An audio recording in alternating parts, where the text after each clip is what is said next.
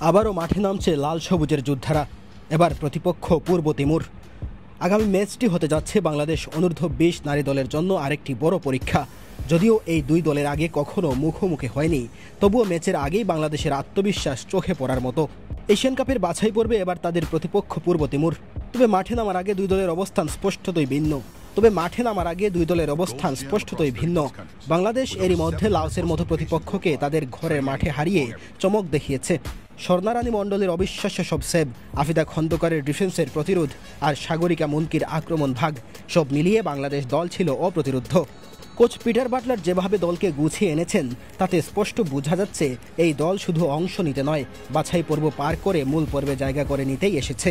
অন্যদিকে পূর্ব তিমুর তাদের প্রথম ম্যাচে দক্ষিণ কোরিয়ার বিপক্ষে হেরেছে। গোল হজম করেছে অনেক, রক্ষণ ভাগে ছিল ছন্দপতন, ফলে মানসিকভাবে কিছুটা পিছিয়ে থেকেই বাংলাদেশের মুখোমুখি হচ্ছে তারা।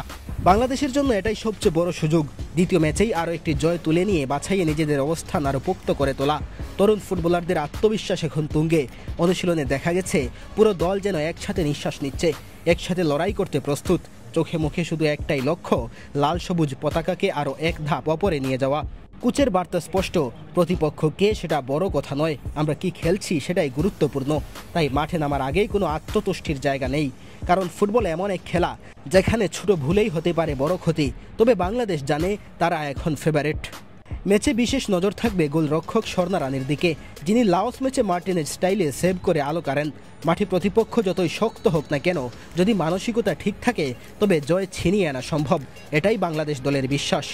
ম্যাচটি অনুষ্ঠিত হবে আগামী শুক্রবার বিকেল 3টায়। পুরো দেশের চোখ থাকবে এই ম্যাচের দিকে। জয়ের ধারা কি অব্যাহত থাকবে? লাল সবুজের মেয়েরা কি পারবে আরও একটি জয় তুলে নিতে? সব প্রশ্নের উত্তর মিলবে মাঠে। তবে একটা কথা এখনই বলা যায়, এই বাংলাদেশ দলকে কেউ আর ছোট করে দেখার সুযোগ নেই।